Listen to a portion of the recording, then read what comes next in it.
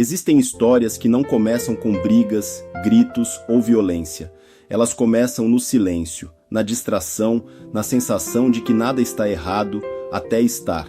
No vídeo de hoje, aqui no Entre Nós, você vai ouvir a história de um homem que tinha tudo o que muitos chamariam de vida perfeita. Um casamento sólido, uma família estruturada e estabilidade, mas que, aos poucos, foi se afastando de tudo isso sem perceber o tamanho das escolhas que estava fazendo.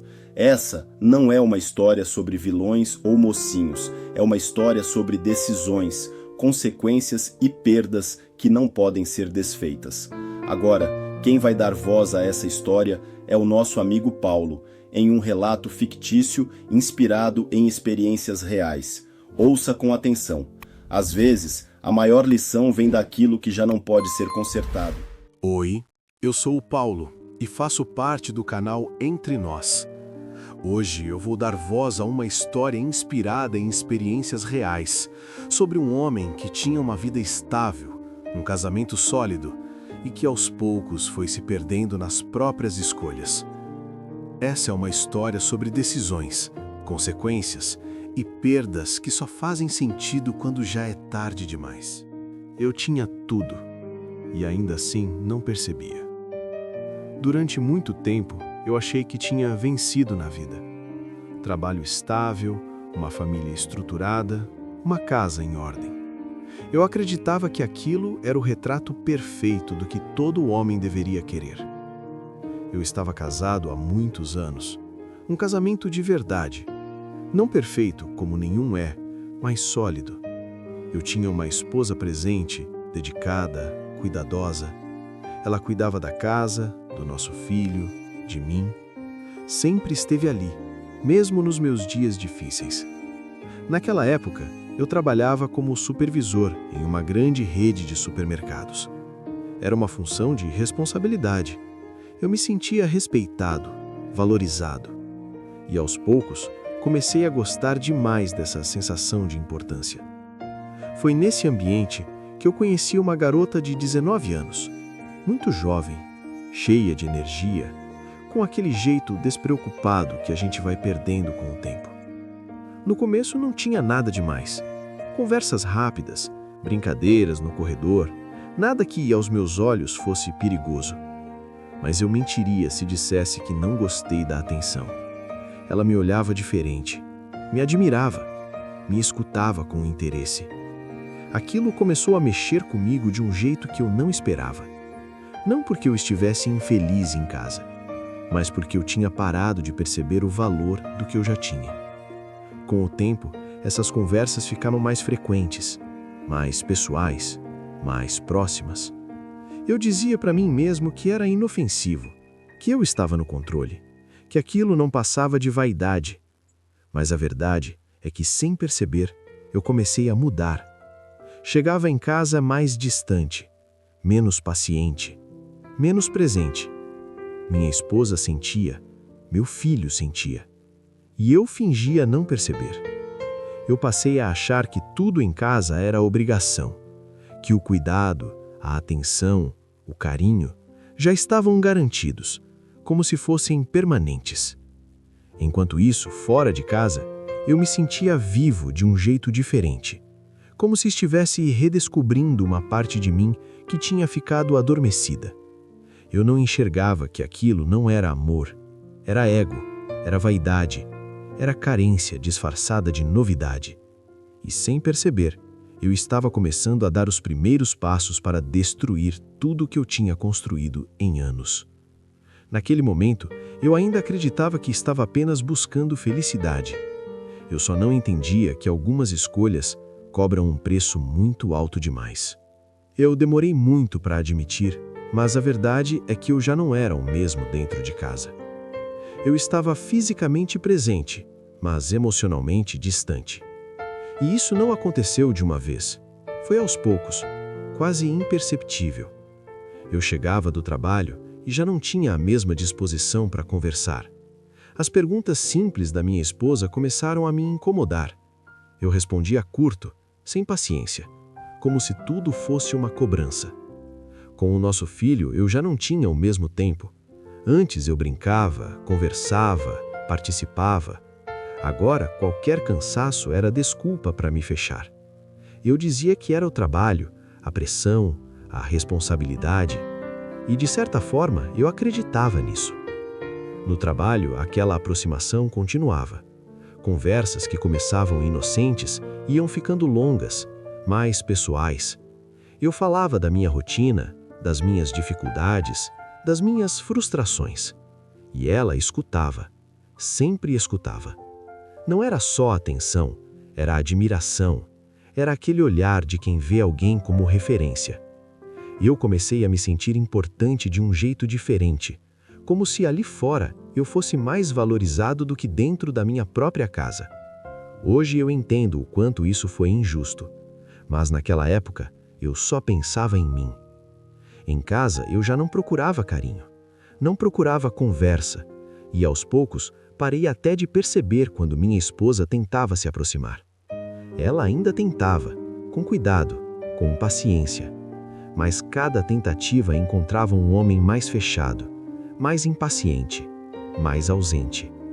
Eu comecei a tratar o amor como obrigação, como algo que estaria ali independentemente do que eu fizesse. E isso é um erro grave, porque amor precisa de presença, de cuidado, de escolha diária.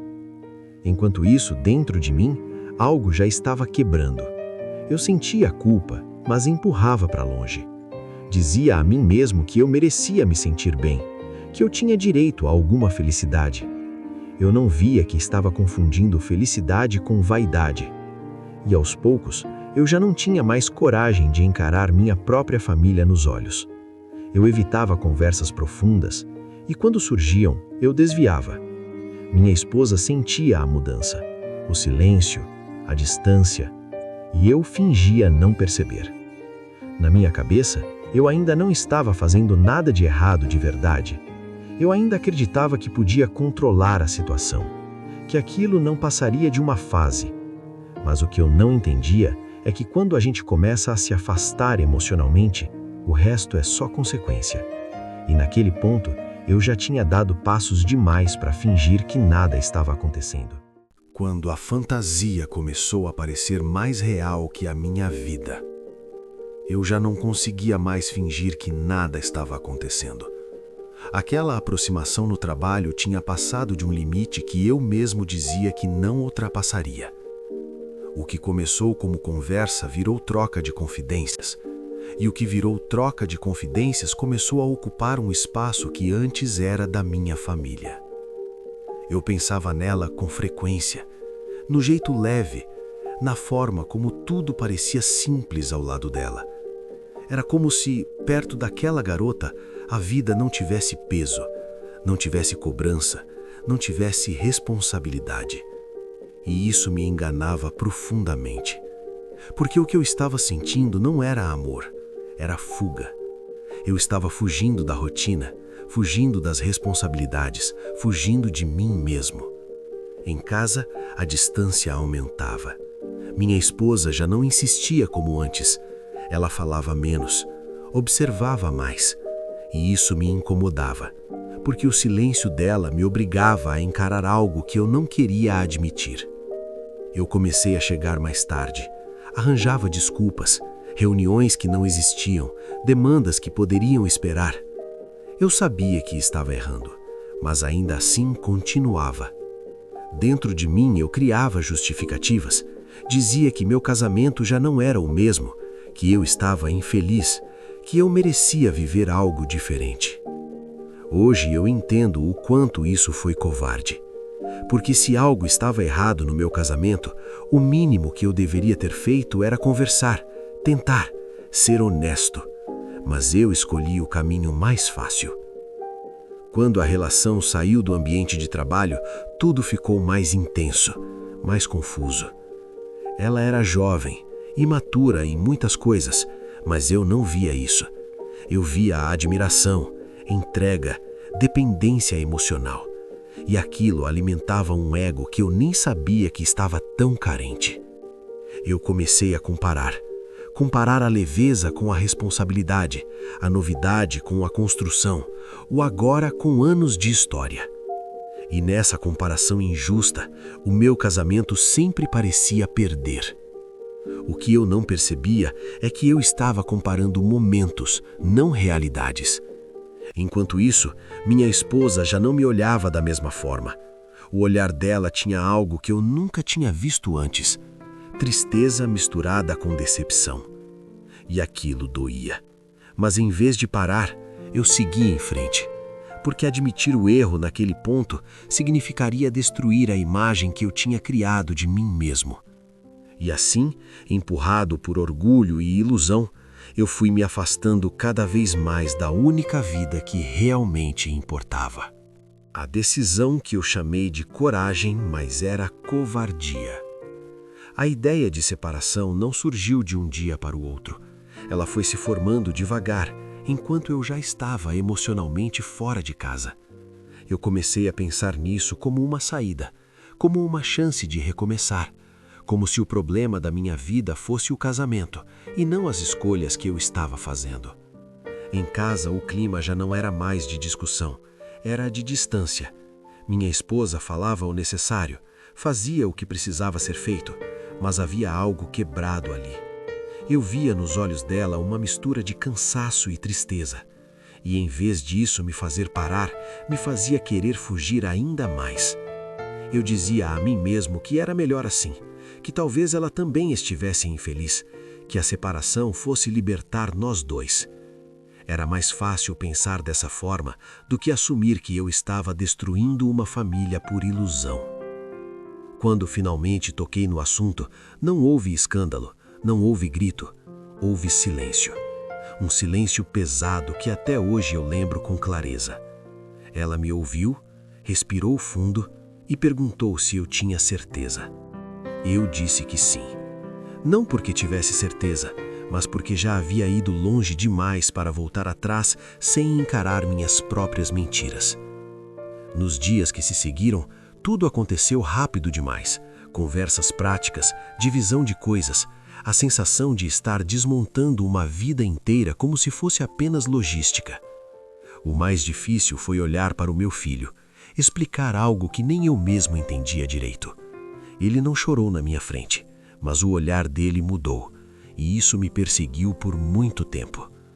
Quando saí de casa, levei poucas coisas, roupas, objetos pessoais, mas deixei para trás algo que eu só perceberia depois.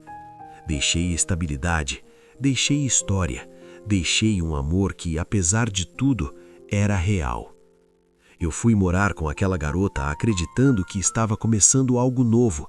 No começo, tudo parecia confirmar minha escolha. Ela era intensa, presente, carinhosa. Mas a intensidade que antes me encantava logo começou a sufocar. O ciúme apareceu rápido, a necessidade constante de atenção, as cobranças. Eu tentava ignorar os sinais, dizia que era fase, que era a adaptação. Afinal, eu tinha destruído tudo para estar ali. Não podia admitir tão cedo que talvez tivesse cometido o maior erro da minha vida. Mas, pouco a pouco, a fantasia começou a ruir e o peso da realidade voltou, só que agora sem a família que antes me sustentava. Quando o sonho virou prisão. No começo, eu tentei acreditar que tudo aquilo fazia parte de um ajuste. Duas pessoas muito diferentes aprendendo a conviver. Era isso que eu repetia para mim mesmo. Mas, com o passar dos dias, algo começou a pesar, e não era leve. Aquela intensidade que antes parecia paixão passou a se transformar em cobrança constante. Eu precisava explicar tudo: onde eu estava, com quem falava, por que demorava. Qualquer detalhe virava motivo de conflito. Eu comecei a andar em alerta, pensando antes de falar, medindo cada gesto, como se estivesse sempre prestes a errar. Ela demonstrava insegurança, ciúme, medo de ser deixada. E, em vez de enxergar aquilo como um sinal de imaturidade emocional, eu tentava compensar, acalmar, explicar, mas nada parecia suficiente. Eu já não tinha paz nem dentro de casa, nem fora. O ambiente era sempre tenso.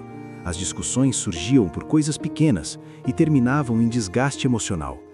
Foi aí que eu comecei a perceber o tamanho do erro que tinha cometido. Não de uma vez, mas em pequenos choques de realidade. Eu comparava o silêncio tranquilo do meu antigo lar com aquele barulho constante de conflito. Comparava a estabilidade que eu tinha com a instabilidade que agora me consumia. E pela primeira vez, a culpa começou a pesar de verdade.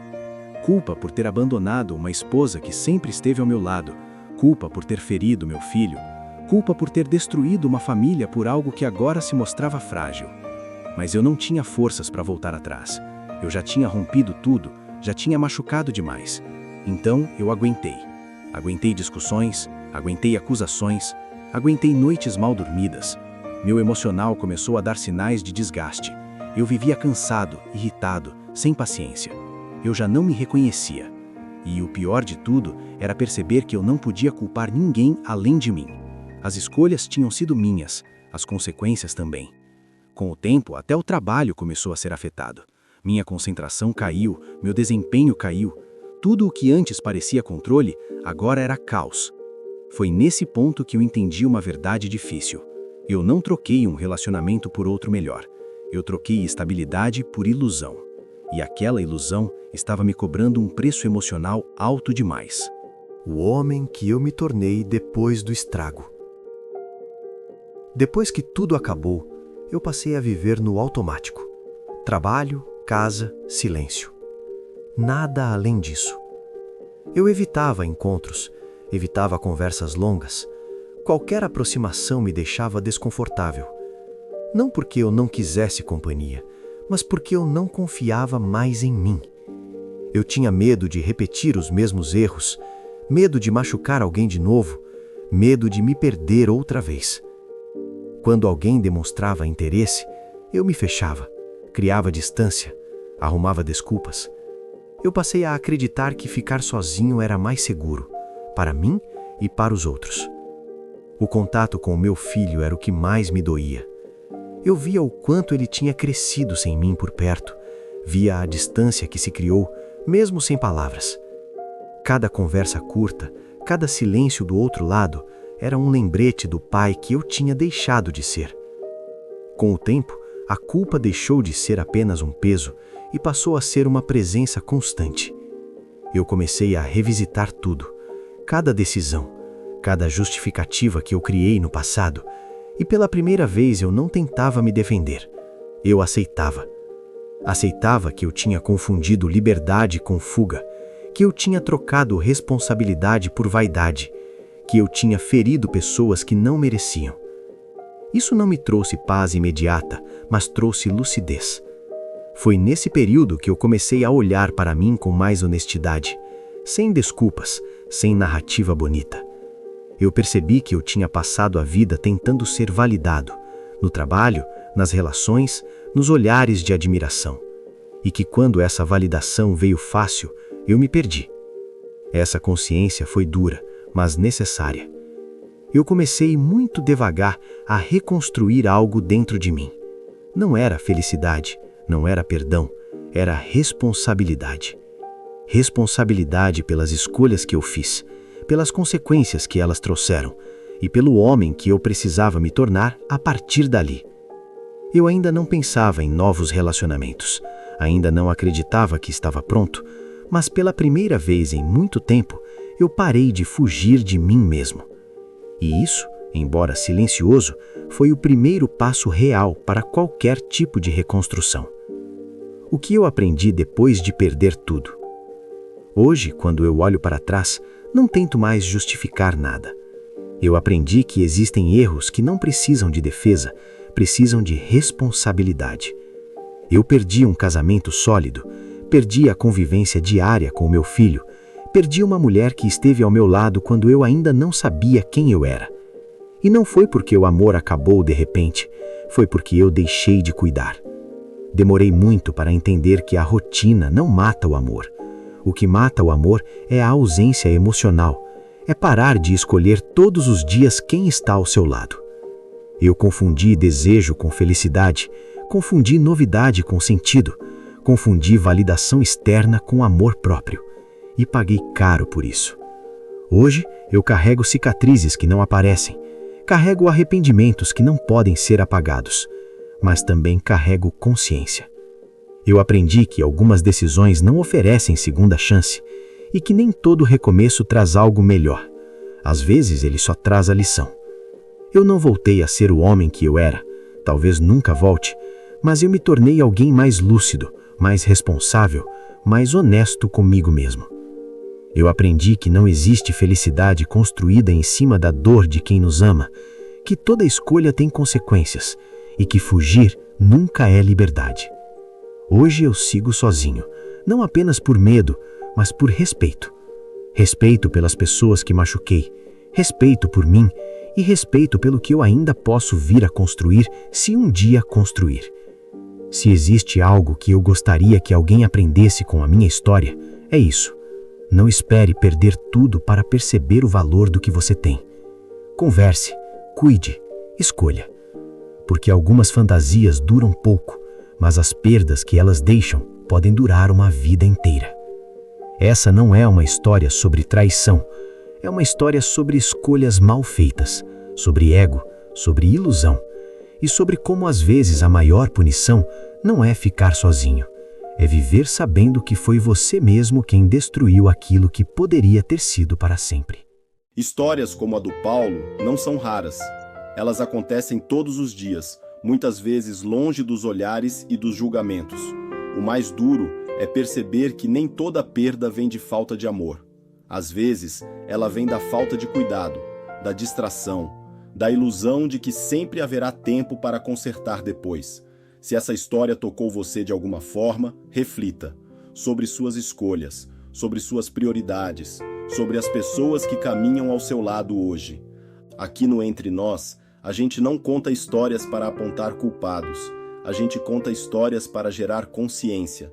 Se esse vídeo fez sentido para você, deixe seu like, se inscreva no canal e compartilhe com alguém que talvez precise ouvir isso agora. E lembre-se, algumas escolhas parecem pequenas no momento, mas podem mudar uma vida inteira. A gente se vê no próximo vídeo.